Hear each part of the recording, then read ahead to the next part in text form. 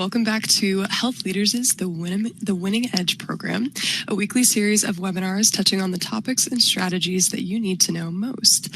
My name is Gia Hatfield, and I'm the CNO editor for Health Leaders and will serve as your moderator for this session. As part of National Nurses Week, today's webinar is titled The Winning Edge for Keeping Nurses Happy, sponsored by QGenda. Thank you so much to our sponsor for making today's program possible, and to you in the audience for participating. Before we get started, for those of you participating in our live program, I have a few housekeeping details. Our program will be approximately 60 minutes in length. Note that an on-demand version of this program will be available on our YouTube channel on Friday and can be accessed through our website, healthleadersmedia.com. To ensure that you can see all the content for the event, please maximize your event window and be sure to adjust your computer volume settings and/or PC speakers for optimal sound quality. Next, you will find a resources list for today's webinar on the upper right side of your screen. Here we have listed the webinar slide deck and some additional materials for you to download, along with the registration link for future The Winning Edge and Nurses Week events. At the bottom of your console, there are multiple widgets that you can use. To submit a question, click on the Q&A widget. It may be open already and appear on the left side of your screen. You may submit questions at any time during the presentation. However, please note that it is likely that your questions will not be answered until the Q&A portion of the program. Finally, should you experience any technical difficulties during today's program and need assistance, please click on the Help widget, which has a question mark icon and covers common technical issues. So without further ado, it is my pleasure to introduce our panelists. First, we have Courtney Green, Senior Vice President of Nurse and Staff Solutions at QGenda. And then we have Peggy Norton-Roscoe, Senior Vice President and Chief Nurse Executive at the University of Maryland Medical System Corporate Executive Office. And then last but certainly not least, Abby Rudy, who's the Vice President of Nursing Adult Critical Care at the Penn State Milton S. Hershey Medical Center. So thank you all so much for joining us. And with that, let's get into our discussion. So first, I would love it if you could each tell me a little bit about yourselves and your organization. If Peggy, you want to get us started. Sure, thanks, G. Hi, everyone, and happy Nurses Week. I'm Peggy Norton-Roscoe. As indicated, I'm the Senior Vice President and Chief Nurse Executive for the University of Maryland Medical System, which is a 13-hospital system in Maryland, and it has about 150 sites of care, 30,000 team members, and around 10,000 nurses. I've been in my role, it'll be a year in 2 weeks. So I've really enjoyed getting to know the state of Maryland and my team members here. And I guess the other very noteworthy thing, two other noteworthy things about our system is that we provide the largest health system in Maryland, and we provide about 25% of all the acute care that's provided in Maryland. And we're home to the Shock Trauma Institute at the University of Maryland Medical Center, which is definitely nationally, if not internationally, known for all of the groundbreaking trauma care that's been developed and continues here at the Shock Trauma. Absolutely, and congratulations on a year in your position. That's amazing. So then, Abby, what about you? Hi, my name is Abby Rudy. I am the VP of Nursing for Adult Critical Care Services at the Penn State Milton S. Hershey Medical Center, and we are a 5-hospital system here in Central PA, really kind of rooted right in the middle between the eastern and western part. So an academic medical center kind of located in the middle of the state here. So we serve a very unique, more so rural population than most larger academic medical centers will. I've been a registered nurse for about 21 years now, and actually started as a graduate nurse here in the organization that I currently work in critical care. And really things this Nurses Week that I think about, that I'm passionate about and really excited to, share with the team today as we go through this conversation is really the well-being of our staff and our workforce and how critical that is to the future of nursing and the future of healthcare. I often think about my own family's care, and I think about my care as I continue, to need more care as my life goes on. And I think really taking care of those things in our workforce today are going to prepare them to be better caregivers for all of our patients in the future. On a personal note, I live here in Hershey, PA. This is the sweetest place on earth. It does smell like chocolate very often. And I have 2 boys, ages 16 and 12, and I'm raising them happily with my husband of 20 years. So thanks so much for having me today. Absolutely. Yeah. I'm jealous. I wish it smelled like chocolate in Houston, Texas. It does not. It smells like gasoline. And then Courtney, what about you? Thank you. Those were some great introductions. I am Courtney Green. I'm the Senior Vice President of Nurse and Staff Solutions at QGenda. Prior to my coming into the workforce management space, which I have been in for the last 9 years, I spent quite a few years in nursing leadership at an organization within Columbus, Ohio, where I still reside today. So I come to this with, experience from both sides of the coin, from being the nurse leader to someone who is having to live in the day-to-day of optimizing and working your workforce operations, to being on the side of a partner to help organizations. And so at QGenda, we are providing a leading healthcare workforce management platform, which is trusted by thousands of organizations to help them really optimize their provider and nurse and staff scheduling, their credentialing, compensation, time tracking, time and attendance for the organization. What really sets us apart is we're able to do that entire house approach, which is not uncommon for other vendors and for other organizations. But what really is a focus of ours is that we spend quite a bit of time making sure that everyone in the care team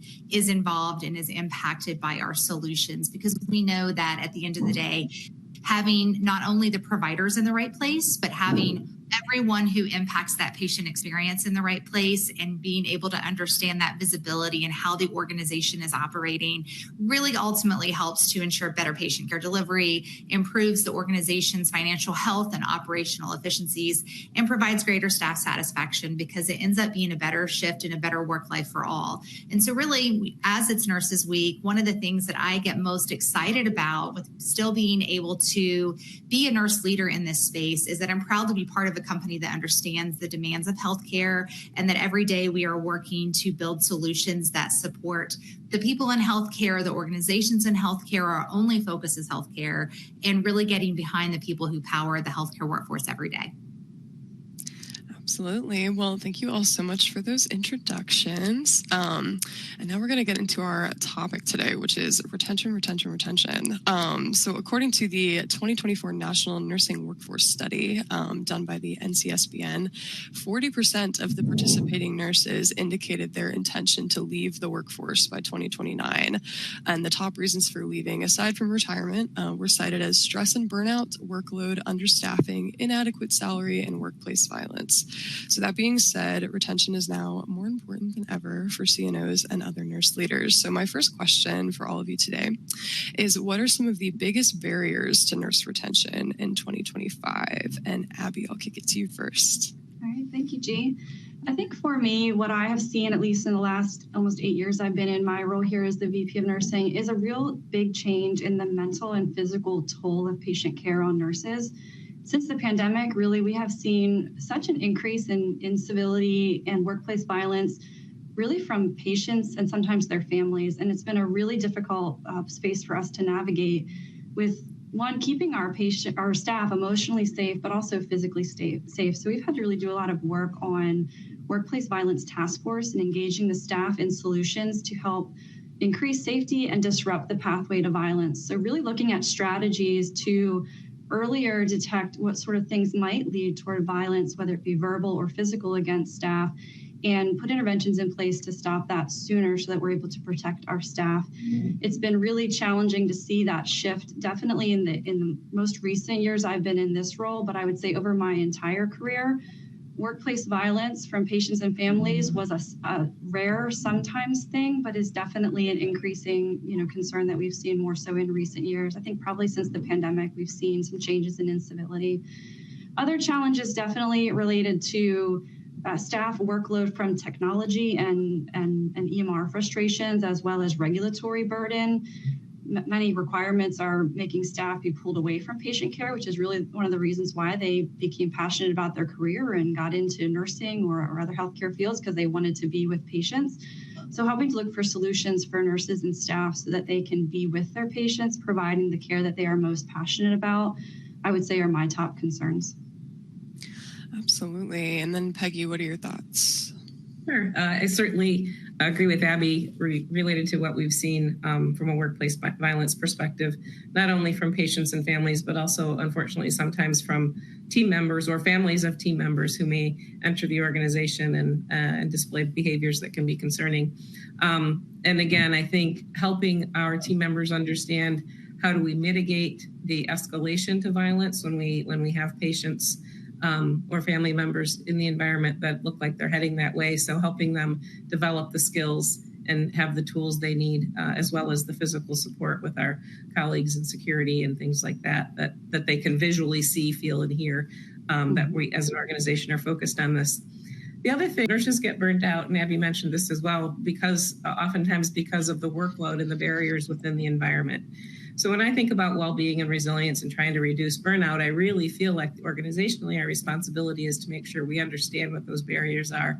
And we're out in the work environment with the nurses and other clinicians and understanding what's getting in their way of providing the great care that they want to provide every day and using their scientific expertise and their compassionate hearts to provide good care to patients. So in some respects, I think we just need to do everything we can to really be working on that on the practice environment.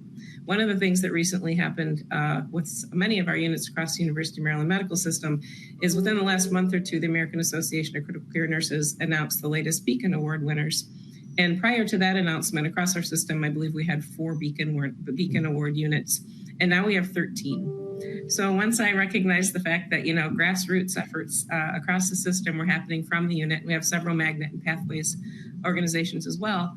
But I noticed this grassroots efforts from the manager level and the team member level, wanting to make sure that they could demonstrate their expertise, be rewarded and recognized for their expertise, and understand how well they were performing so that they could measure their outcomes against the Beacon criteria.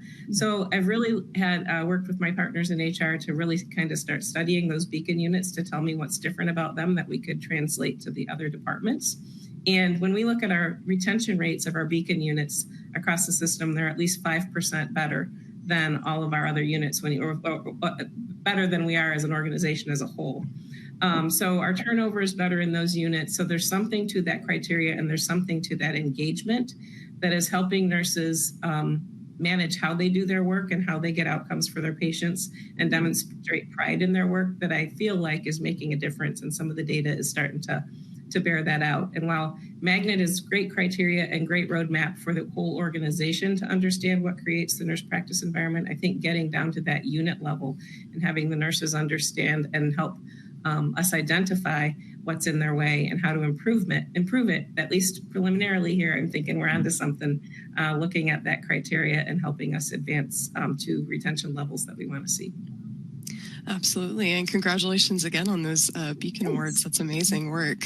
And then Courtney, what are your thoughts on barriers to nurse retention? Listening to both of these, those are excellent examples. And coming from my viewpoint and the lens from, looking at the workforce and the workforce operation, we often are seeing, it's really less about a single barrier. It's more about that compounding weight of burnout for all the things that were just described here. And then also the desire for flexible staffing. And what does flexible staffing mean?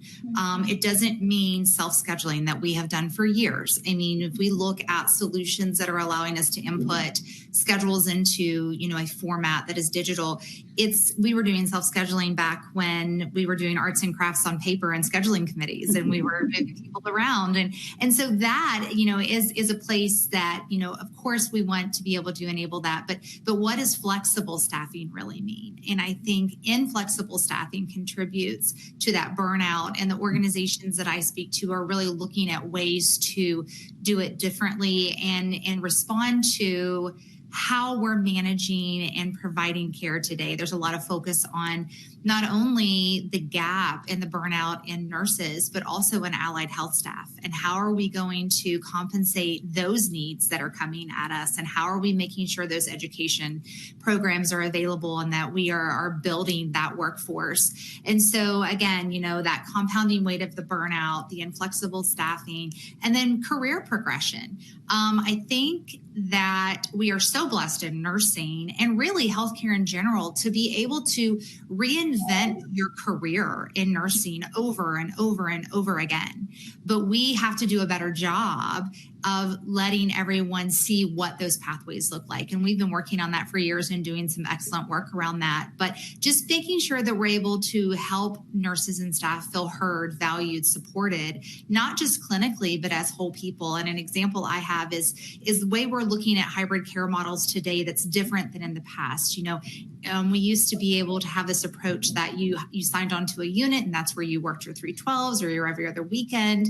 And now we're seeing that we can give all kinds of opportunities. Maybe you work that unit 2 days a week, but then you want to work in the ambulatory setting one day, or you want to work in the clinic, or maybe you're the virtual nurse. And so what does that look like? And, leadership isn't everyone's paths, but what other paths do we have, again, to help them maintain not only professional development, but excitement and value, and then being able to, reinvent what they're doing within nursing over and over again in this career to really give back. Courtney, I just want to add a little bit to what you said, because I think especially for early career nurses, when they might be frustrated within their first 6 to 24 months and wonder if nursing is really the right choice for them, which I'm sure almost every single one of us thought of at least once or twice. I think we all wondered that in that first year. Yeah, but I feel like I've had 4 or 5 different careers because I was able to be at the bedside, be an advanced practice nurse, work in education, move up an administrative track. And I think helping people and being patient enough as leaders and as an organization that when we have a new grad or even just a new nurse to our organization, if their first unit isn't a fit, really, really focusing resources and effort to help them know that there's 1,000 other things they could do or more within our own health system, no matter the size of your health system. That's right. Whether it's just find a new unit, find ambulatory versus inpatient, all those things that we can and should, because I really can't think of a career that you can do so many different things and work or practice in so many different environments. So I think, we owe that to the people who have gone through the arduous undergraduate nursing training that we all experienced. And again, even more experienced nurses when they're feeling burnt out, what else can we help them do? Just one other quick aside, to kind of help almost give respite's probably too strong of a word, but respite to some of our bedside nurses who are interested in teaching. We've developed a different model here that they actually get to host cohorts of nursing students and be the clinical instructor while not ever having to leave their unit. So 1 day a week, for example, a med-surg nurse might be hosting the same clinical cohort from the same school of nursing, 4 patients who are helping that nurse take care of their 4 patients in their assignment. And they're actually the clinical instructor with a faculty liaison from the School of Nursing. And it's really helped diversify their daily work and help them with professional development and not have to leave their bedside job as well. And our nurses that do that, who are acting as clinical instructors, and across the system, we probably have around 225 of them that are doing that now at our various different hospitals. The retention rate for those nurses, because they're so engaged and because they have some diversity in their work, is 95%. So it's just, again, diversifying what they get to do at the bedside, like you said, whether it's sharing them across units or specialties or inpatient versus outpatient. I think allowing that kind of flexibility is important as well. Yeah, exactly. I love that. And I love the idea of being able to give them one more way to give back without making them have to completely disrupt what maybe they're still enjoying and they're comfortable in. I just think there's so many opportunities, and so glad to hear that work is being done. And we definitely, we owe it to the nursing profession, to our nursing colleagues, and to our patients to really work with people on what is your best fit, because there's so many areas and so many skills and strengths that each of us have that we don't always get the right match correct at the very beginning, or they'll come in and they think they know what they want to do. For example, where I am today is not where I would have predicted 25 years ago I was going to be. I had a completely different path. So I think my advice to nurses out there today, whether you're brand new or you've been in the profession for 30 years, is, don't always say no to what comes your way, because sometimes the hardest decisions or the most uncomfortable decisions might feel wrong in the beginning. But it's just that trepidation of, should I do this? Can I do this? But saying yes to what's put in front of you, you will often end up in places that you never imagined, but ultimately are the perfect fit. Absolutely. And this is the perfect segue to the next part of our conversation, which is about nurses at different stages of their career. I've seen numbers about Gen Z nurses who are often leaving within the first year or two of their career due to burnout or workload. And then obviously there are a lot of tenured nurses who are nearing retirement that we also would like to keep in the workforce. So how do you adjust your retention strategy for nurses who are at those different points of their career? And Peggy, I'll let you start first.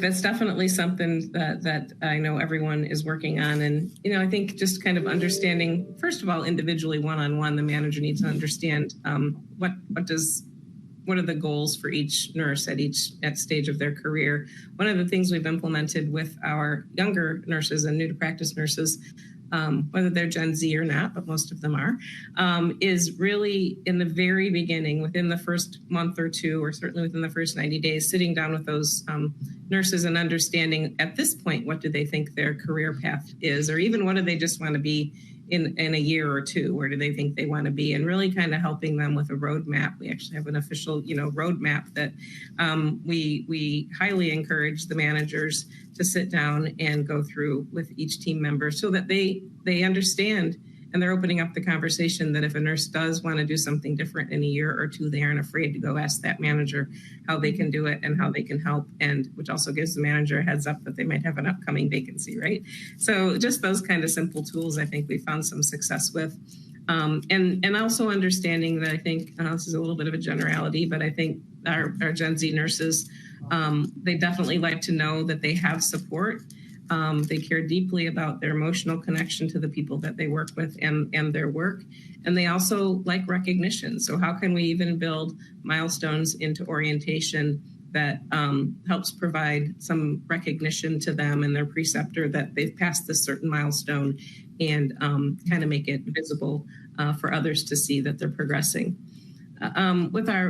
So that's kind of how we're approaching the Gen Z nurses. And I think with our more tenured nurses who are nearing retirement, how can we use their intellectual capital and expertise to help train the next generation of nurses? And even if that's in a way that's a little bit less traditional as a preceptor or as ongoing support, moving them into, if they're interested, into roles like the virtual nurse or other kind of telehealth roles has definitely helped us focus on nurses who may be later in their career.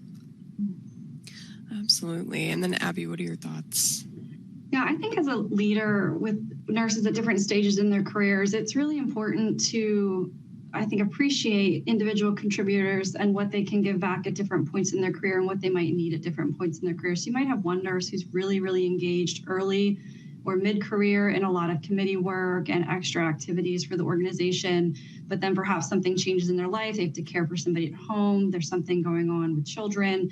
And I think it's really important to be flexible as a leader to support people when they have to kind of flex and flow with those things in their personal life or their home life that might make them feel in some ways less committed when you're the leader, but really recognizing that as supporting them in the balance of their home life and their work life, and how throughout the career, I think we can all say that changes for us at different moments in our careers. So being present and helping staff navigate the system, the organization as they're going through all of those different things.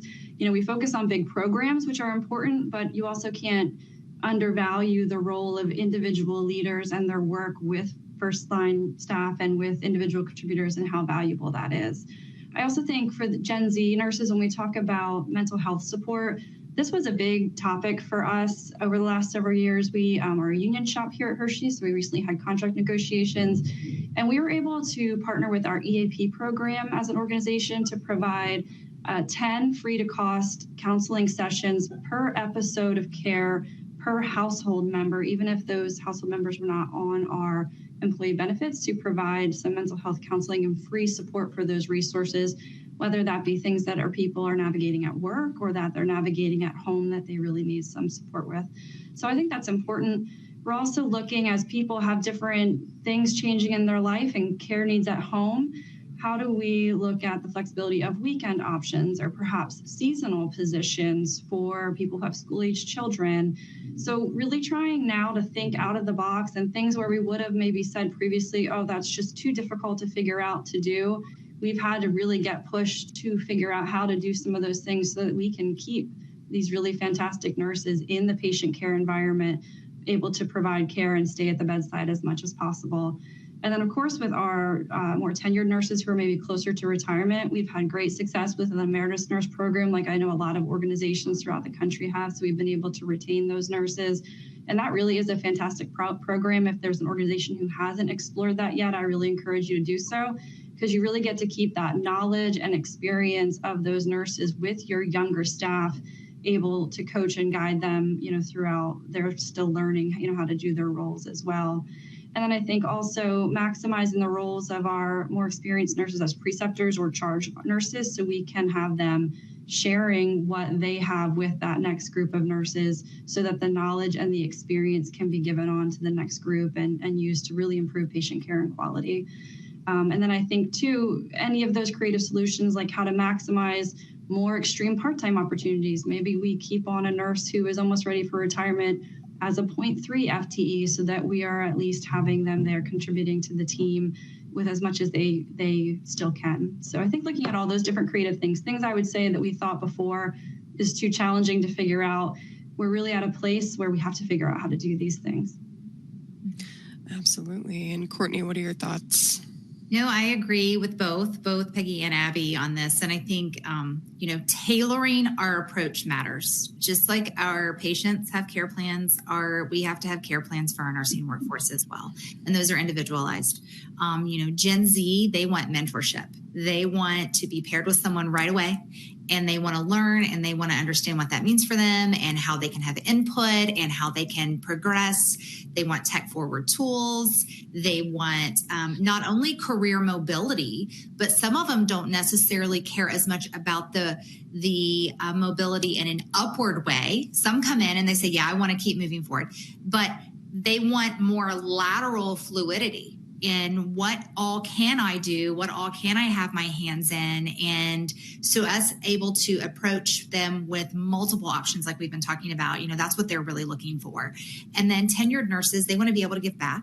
They want their knowledge tapped. They want to be able to give that experience and why what worked then still works today, or what needs tailored to be different, not only in patient care, but in the workforce. I think, Abby, you mentioned a phased retirement approach. I hear that. And how can we keep them within our workforce operations as long as possible, but in a way that meets where they are versus the way we think that we've always needed it.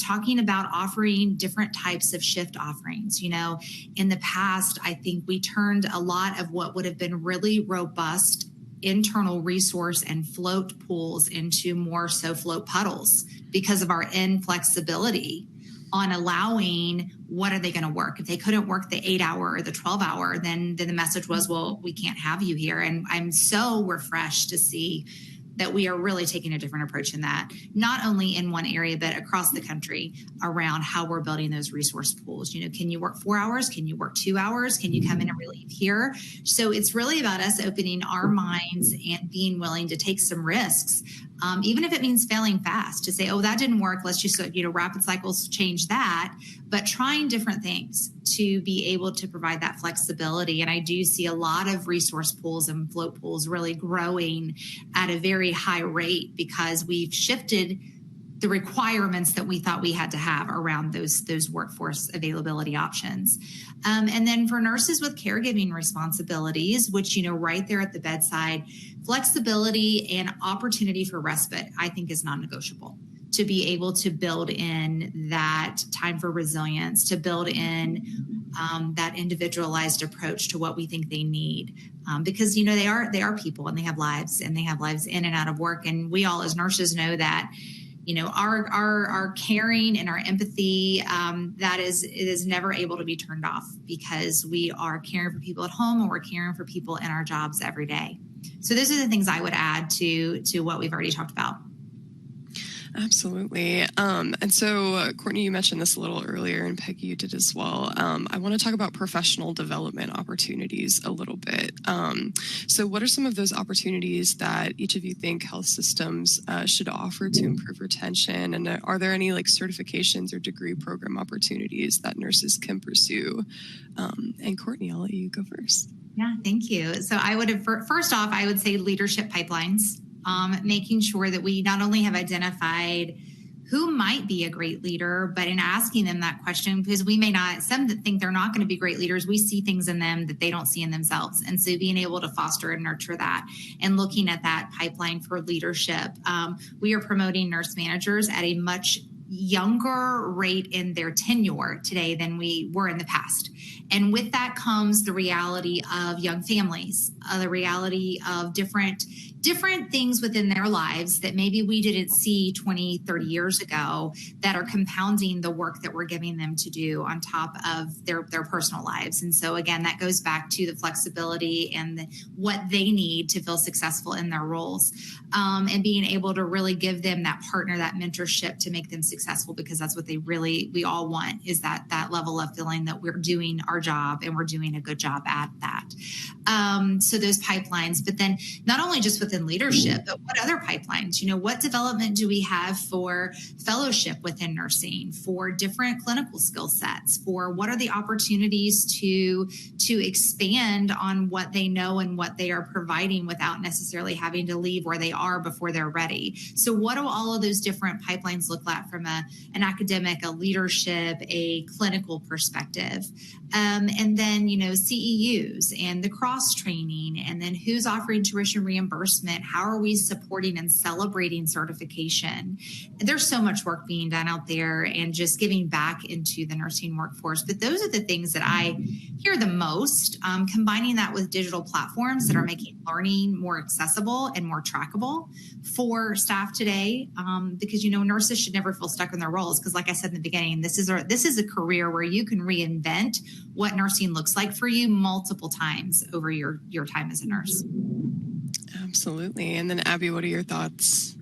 Yeah, I think this is so customizable to individual staff and based on their goals. I agree with Courtney. Tuition support is very important. I'm excited we were able to offer a benefit over the last 2 years where we can have tuition for BSN programs paid up front versus reimbursing staff. So we hire a lot of fantastic staff from associate programs and then have a BSN requirement. So that option allows staff to take the courses without having to worry about the out-of-pocket expense up front. And I think that makes a big difference in staff's ability to kind of balance all of the financial circumstances they're going through while getting that BSN by providing that funding up front. So I think that's been a fantastic program that we have started. And then also looking at leadership development programs, how the organization offers both individual contributor development for how they can become stronger leaders as well as formal leaders. Both are important because you grow your leaders, from that individual contributor position up. So making sure that we're not waiting until people take leadership positions to provide leadership development and leadership programs, really catching that as early as possible to build those skills and help them be the most successful. I know, Courtney, you mentioned a lot about pipeline programs, even lateral pipeline programs. How do we help people be able to work in multiple areas? That really provides a great respite and relief from maybe more stressful clinical situations to a clinical situation where they get a different type of fulfillment out of that. So that can help keep staff really rejuvenated in what they do. And then I think creating precepting opportunities for BSN and MSN students who have practicum requirements so that they can do their practicum time with staff and leaders at the organization really provides the organization an opportunity to see how those individuals might be as employees of the organization. How are their interpersonal skills? How are their clinical skills? Or how are their leadership skills for those in MSN programs? So not being afraid to take in those students and really work through them with those practicums. It may result in some really great staff or leadership hires down the road because it really provides time to work one-on-one with them. And then certification is critical. Participating in no pass, no pay programs. We do several of those with certifying bodies where staff can go ahead and take the exam ahead of time without having to pay up front with a certain amount of times to pass the exam. So I would encourage, participation in any of those certification programs. With the financial challenges just right now in the economy, reducing that upfront burden sometimes helps people take that one thing to worry off their list so they can get moving on some of those professional things that they would like to accomplish. Absolutely. And then Peggy, what are your thoughts? I don't have a lot to add to what Courtney and Abby indicated. But, Abby's last point, taking that last, what actually might be the last burden for somebody moving forward with certification or school, taking that upfront cost away, I've found historically to be very helpful. Because somebody might feel absolutely ready, but that $500 for certification versus whatever else is coming up for their family can be a big barrier. So I would agree. And I guess the only other thing I would add is just also a very specific focus on professional development and competency development for our frontline nurse manager group. I think that's one of the hardest jobs in the world. I think it can be one of the most rewarding jobs, but we expect a lot of our frontline nurse managers, and especially given the inexperience and age of our nursing workforce being so young, and what the Gen Z generation would like to see as far as emotional support and mentorship. How do we make sure our frontline leaders are equipped with, for example, you can improve emotional intelligence. So how do we really make sure we're including, competency develop around what we probably formerly, and I've never liked this phrase, considered soft skills that are really the really important part of leadership, and not having those necessarily take a back seat to things like managers learning the financial acumen that they need to do their role, but at least as important as those kinds of things. So I think really studying the competencies necessary for those frontline nurse managers and developing them in a way that serves them and the organization is really important. Absolutely. Yeah. I like that you said you don't like the term soft skills, because I've always thought they're pretty necessary skills. So I don't know how soft they really are. But so we've all kind of talked about this a little bit already. But obviously nursing can be very mentally taxing, and it can, be a big disruptor for work-life balance. So how are you prioritizing nurse well-being and work-life balance and incorporating it into your retention strategies? And Peggy, I'll kick it to you first. Well, I think like most organizations, we have a lot going on trying to understand what are the things contributing to burnout and how can we help well-being. But I'll go back to what I said in the beginning. I think one of our primary responsibilities is to make sure that we're making the work environment, the practice environment, as efficient as we can and as barrier-free as we can. But we do have a really interesting pilot that one of the chief nursing officers at one of our hospitals is leading for us across the system.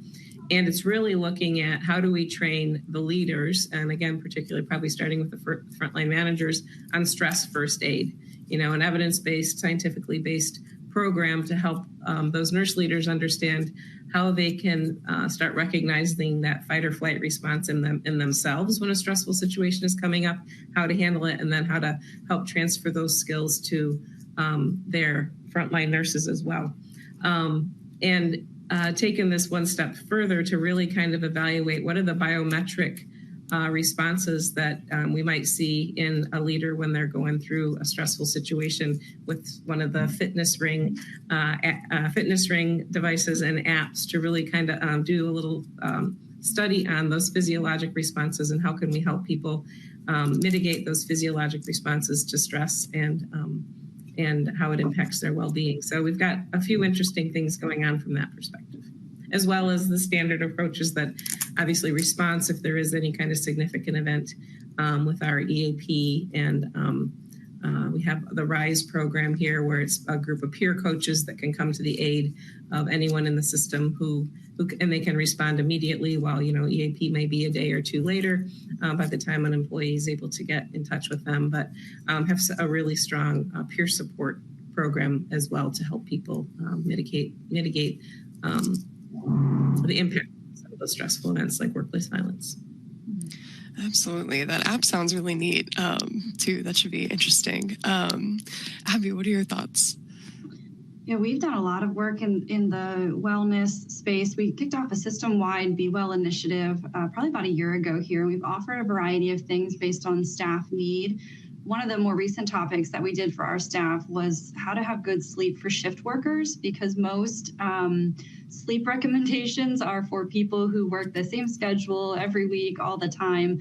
But we really knew that our staff, who might be doing a mix of days and nights and flipping for personal reasons, needed some support for that. So we've been able to do some assessment there and see, again, going back to what is the need of our staff and what do they need? Sometimes what we think they need isn't what they need. So making sure we ask them, what is it that you need support with, and make sure that we're providing resources toward that. So I think that Be Well work that we're doing across the whole system is allowing us to share ideas between our hospitals within our system, and also ask for system support for resources that we believe that we need from that feedback that we're hearing from our staff.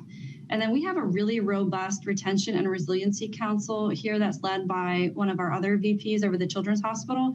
And they, about 2 years ago, started with pop-up solace rooms where they would bring supplies for a restful type environment with some soft floor lounge chairs, low lighting. We have facility dogs that would come and sit with staff, and we would go pop up those spaces next to where the nurses are working. So maybe in a conference room really close by, to provide moments for them to just get some reprieve. Sometimes we provide things like hot chocolate and things like that. And then we were able to get funding and support to create what we call a Zen Den, which we actually were able to use our previous chapel, which had been remodeled. So it's a very relaxing, peaceful space already. And we have a badge reader on that and are getting 1,500 swipes in a month for staff. So it has become just this amazing place where people can kind of go in, get a reprieve, take a break mid-shift, maybe or if they're going through a distressful event and they kind of need to step away. So that Zen Den has been an amazing initiative, and our staff have really responded very well to it. And then the other big thing that we have worked on this year is a response toolkit for traumatic events. It could be anything from a moral distress event that a care team is engaged in, or an episode of violence, or any type of distressing event. And we have access for them to have local resources or even organizational resources so that we can kind of tailor what individual staff might need based on what they respond best to, and offer them those resources. And we've really tried to take the stance when people are going through distressing events to opt them into resources. And then if they decide not to use them, that they can opt out, because so often staff are hesitant to ask for support or help because they just might have a lot of reasons why they're unsure. So making those things really accessible to people, that they don't have to do the work to get to them. We have them right there and ready for them, has been really important. Absolutely. I'm glad that Zen Den is getting so much use out of it. I think I would probably be in there all the time. Courtney, what are your thoughts? Oh, gosh. Well, you both have great ideas. And so I can just really kind of give it from my past experience and then giving it towards what I see, from clients and throughout the country, is just really making sure that we're giving that real-time recognition. I see a lot of use of digital tools to give some immediate feedback, some immediate pats on the backs. There's lots of opportunities and programs out there. And then awards and milestone celebrations, making sure that it's personalized, making sure it's authentic, allowing opportunity for staff to recognize one another, and then just little times that they can see they were noticed for something maybe they didn't even think someone was realizing that they were doing. And I know that that's a big ask, because we have a lot of people that we're asking our leaders to manage and to take care of and to support. And so just anything we can do to help make that easier on the leader, so that they are able to recognize someone for anything that they've accomplished, even down to if it's a birthday, put that in front of them, flag that for the leader so that they know, because they don't intentionally want to miss that, but they have a lot on their plate. So giving them the opportunity to be there in front of their staff and lead in a way that's meaningful and personalized, but we have so much technology at our fingertips to help make that easier for them to do. That's the part I would add. Absolutely. And I love what you're saying about recognition, because I think that that's so important. Peggy or Abby, do you either have thoughts on how to recognize nurses for their hard work?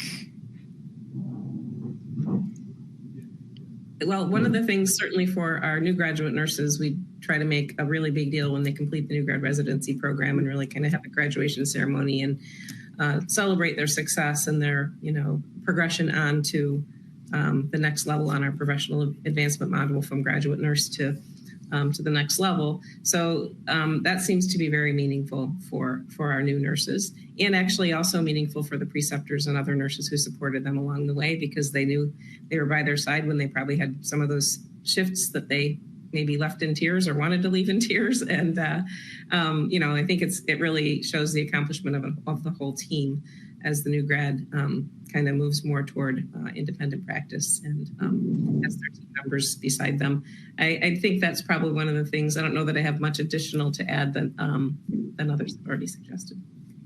Yeah, I agree, Peggy. I think those graduate nurses is a really important, we really look at that first and second year retention rates. So really helping to recognize what they do. We pull out a lot of safety catches from our graduate nurses throughout their orientation programs and really focus in on how did they catch a patient safety, potential near miss or event, and help to, identify that early to help them get that positive recognition for that. And we also have a really great program that we use for all of our staff called Pause Up, where we can nominate and award points to individuals or teams. And these points eventually can be converted into, gift card dollars and organizational merchandise. So it's this nice blend of sending a really nice message to somebody to recognize them, but also kind of providing these points as something else to incentivize staff. And I think also getting all of our executive leaders up to the units to give out awards is really important. That means a lot to staff. So making sure our hospital president and our CNO and our chief quality officer come to our change of shift huddles when we have special recognitions. That's something that all of the leaders here engage in and really want to be part of, and our staff really appreciate it. Absolutely. And at around 45 minutes, I'd like to remind our audience that you can ask questions of our guests. To submit a question, click on the Q&A widget at the bottom of your screen. It might already be open and appear on the left side. Please note that your questions will remain anonymous and will not be viewed by other audience members. So moving forward a little bit, each of you have kind of talked about technology a little bit, whether it be virtual nursing or other, wearables or things like that. So what are some ways to leverage technology in retention efforts? And Abby, I'll let you have this one first. Yeah, I think when it comes to retention, when I think of technology, I think of what is our partnership with our human resources department to understand what our data keeping is. That's a small piece of technology, but it does help to set a baseline to understand to some extent if things you are doing are hitting the mark, or maybe if you have a specific group of people or experience level where they're prone to leave, or there may be certain things that are causing a challenge with that part of the workforce. So looking at things like years of experience or types of staff or reasons for leaving, and kind of leveraging some of that data to help you drive your improvement efforts and your strategies. So looking at the turnover trends and reasons, I think that is, one way you can help invest in the right places, or at least the places that might help you understand where you're having concerns that you need to understand better. So definitely looking at how the data works for you in some of those systems. Absolutely. And then Courtney, what are your thoughts? Well, regular surveys, focus groups, having some of those informal one-on-ones. I know that I have my entire clinician group that I work with here, even at QGenda. And we are, frequently talking about what's working well for you? Do you feel that you are continuing to be developed professionally as a clinician within the software and healthcare space? What are some of the things that we can do to help elevate your career? What are your next steps want to look like? Because again, they might be doing this today, but it doesn't mean that that's what they'll be doing in nursing in 5 years. And so being able to really understand what's making them tick, what's making them feel that they're still contributing to healthcare, that they're still taking care of the workforce, and then also making sure that they have an opportunity to share with each other and to give feedback on what makes it a better team, what makes it more of a success, not only with their connections, because in our areas, in our space, whenever you are a nurse or a nurse leader who steps over into the partner world of helping healthcare move forward, you really have a personal brand that is on loan to whoever you are representing. And that is very important to nurses, to make sure that we never step away from what really we know is important within the heart of nursing and why we became nurses in the first place, and our commitment to the profession and the industry and our peers. And so making sure that all of that is not being compromised, or all of that is being something that we are celebrating within our team here at QGenda, is very important to us, if that makes sense. And then being able to make sure that we are not only on pulse with developing them as subject matter experts within the field, but also developing them as a nurse and further in their nursing career. Absolutely. And then Peggy, what are your thoughts? Yeah, I agree with Abby. Our partnership with HR about understanding where we are by team member demographics and overall turnover / retention is very, very important. And brilliant analyst that I think I have on speed dial here at University of Maryland who helps me through the dashboard quite frequently. And then additionally, I think for me, it also gets back to some of the technology we've implemented over the last year, gets back to what are we doing every day to make each shift better for each nurse. And one of the tools that we've employed through Epic is the precision staffing tool, which not only helps you make the nurses, it just does the exercise of the charge nurse making the assignments in Epic, so you know which patients you're paired with in the medical record, and everybody knows who you're taking care of. It also helps provide the whole unit's workload index, each patient's workload index, so then when you make an assignment, you understand what that nurse's workload index is compared to other people on the team. And when you have inexperienced nurses, you may want to be pushing them toward a lower workload index, and people with more experience can maybe handle a little bit more. But it also helps you understand, you can look back over time with each nurse and understand, are they disproportionately always tasked with a heavier workload assignment, maybe compared to some other people on their team. Could also help you understand maybe some other people on the team who maybe still need some development in caring for the kinds of patients if they can really only potentially feel comfortable with a lower workload index compared to maybe some of their peers. So, well, like I said, we've been using this for about the last year in our med-surg units, and it helps us over time be able to evaluate that workload overall. And, we've all probably had those shifts when we were at the bedside that, if you had one more bad shift, it just might be it. And if a manager understands that they may have a nurse who's at risk, kind of looking at how that workload is balanced for them over their last several shifts and seeking them out to say, hey, this is what I noticed. Are you doing okay? Do you need anything for us to do anything different for you to help manage the work? Or to help you train up or whatever. Again, we're at the beginning stages, but as we've done some assessment of the team members along the way with a tool to help measure their satisfaction, it's showing some positive results. So that's a piece of technology that we're pretty excited about. Absolutely. Well, thank you all again for this excellent discussion. We're now going to move on to the Q&A portion of the program. So we would now like to invite you to ask live questions of our panelists. As a reminder, if you are participating in the live program, to submit a question, as I mentioned earlier, click on the Q&A widget at the bottom of your screen. It might already be open and appear on the left side. Please note that your questions will remain anonymous and will not be viewed by audience members. So we do have one. It says, I find that new nurses want to move to new roles very quickly without necessarily developing skills. So how do you manage that? And Peggy, I'll let you take that one first.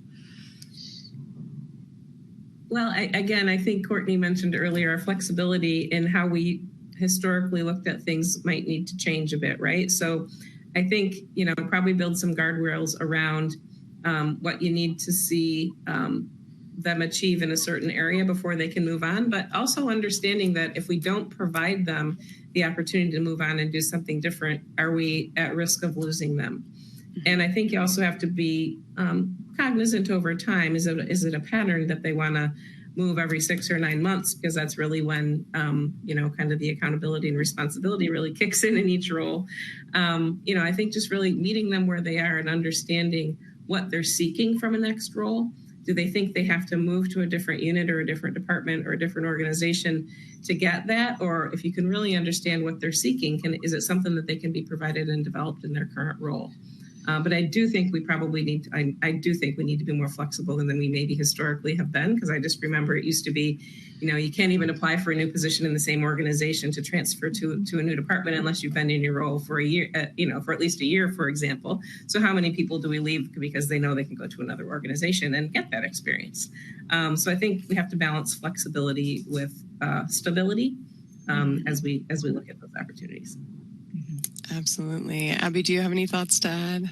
Yeah, I mean, I agree with Peggy. I think being flexible in that sometimes if you're keeping someone in a department or an area where they don't want to be, it can actually do more damage in a department than good. So understanding that impact as well, that sometimes keeping someone can be a little bit more challenging. I think individuals have different skills that develop at different paces. So one thing that we use here at the organization, we have like a formal coaching form. So when someone's looking at what they want their goal to be or their next opportunity, it's just a very objective way to help them evaluate what sort of key milestones or skills would it be best for you to achieve or accomplish before moving on to that next role. So they can feel like there's very specific progress or things to do to be able to take that next opportunity. So instead of just feeling like someone is saying, oh, well, you're just really not ready for that opportunity yet, they have things to actively work toward. And I think that goes back to what we've said a lot today about how we provide development opportunities and opportunities to grow. So someone feels like they're not stuck, but they have a path forward.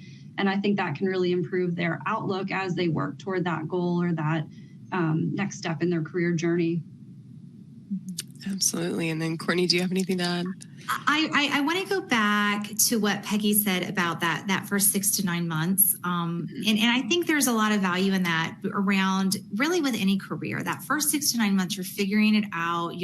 Everything is really new. And that's kind of when the rubber starts to meet the road of this is the typical day. This is what I'm being asked to do. This is what I'm responsible for. And, in that first 6 to 9 months, they're not necessarily completely comfortable, but they're comfortable enough to say, am I doing well? Is this a right fit? Maybe they're not confident in what they've learned so far, and they need reminders of that. And so I think it's more about, I think you also mentioned this, Peggy, was setting them down and saying, what is it that you think you want to do? Not taking them to that idea of okay, now you're doing that, but what happens in between here and that? Like what does that work look like? What does that training look like? And it's not so much to talk them out of it, but to really kind of level set. There's always going to be in nursing a variation of levels where you go from novice to expert over and over and over again. And sometimes it might be more about helping them to understand that part of the world within nursing care that makes it a little more palatable or easier for them to be patient and understand, like, this is a natural progression versus, oh, I think it's uncomfortable, so I need to go do something else. And just helping, really educate them on that, because we all know that we're watching the first year nurse turnover climb so rapidly. And it's not just climbing from churn between unit to unit, but some of them are just leaving entirely. And one of you said in the beginning about the amount of effort and work that you put into nursing school and the education. And it's our jobs to try to make sure that never gets just tossed out the window. So that's what I would add to that. Absolutely. And I think we have time for one more. So I like this question. As we celebrate Nurses Week, what are some activities in your health systems that you all do to celebrate our nursing profession? And Abby, I'll kick it to you first. I will share my favorite one because it's happening today. Today we have miniature Highland cows out on our property for staff to go out and cuddle with. And I have gotten so many pictures today, and there have been lines to go out and pet the very cute Highland cow. So I give props to our retention and resiliency committee. They come up with the greatest ideas that hit staff in their soul with what they need, because for many people, cuddling a cute animal is very relaxing and relieves stress greatly. The one maybe less stressful or less stress relieving activity we do is we have a kickball tournament every year, and everyone from the C-suite throughout the entire organization gets involved and has a team, and it gets very competitive. But it is a lot of fun, and I get to referee that event. And this year I get a jersey and a whistle, so I will be very official. There you go. That's fun. Absolutely. I Peggy, love the Highland cows. I've seen the puppy pens where you can go pet, play with the puppy, but not the cows. That's great. Yeah, I would love to pet a cow. I might drive up to Hershey and watch the kickball tournament. It's kind of fun. We're not too far. I think that's great. I'm going to have to get the information about the cows. That sounds great. We definitely have service animals throughout the hospital that I know are doing extra rounding this week to help with that, and we do a lot of the traditional things like blessing of hands, which I know is a very meaningful ceremony to many people, and our Nursing Excellence Award and some research symposiums, and really do some extra celebration around our Daisy Award winners. And there's just, across the whole system, there's so many creative things going on. I think the most important part is that, yes, it's important for us to do this recognition during Nurses Week. But I think it's, Abby mentioned earlier, especially things like that are meaningful every day, not only to the nurse who maybe provided a good catch, but of course the patient that it didn't impact because we caught it before the patient. So Nurses Week is important, but I think it's keeping that spirit alive across the rest of the years, where I like to focus most of my effort. Absolutely. And then we're coming up on time here, but Courtney, do you have any quick last thoughts to add? Yeah. So for us, we, I wrote a letter to all nurses and all nurse leaders, and QGenda has published that today. And then within our internal teams, it's just about some more, individualized celebration. And then one thing I'm also doing, QGenda, we are really focusing on the amount of effort that the nurse leaders and the weeks and the stuff that you guys do during Nurses Week. And it's not always common that the nurse leaders are recognized for everything you bring to nursing as well. And so I am hosting next week a virtual candle making event for nurse leaders to register for. So it's out there on LinkedIn. You can find it on the QGenda LinkedIn, or you can find it on my own LinkedIn. But if you are interested, anyone on this, registering for that candle making event.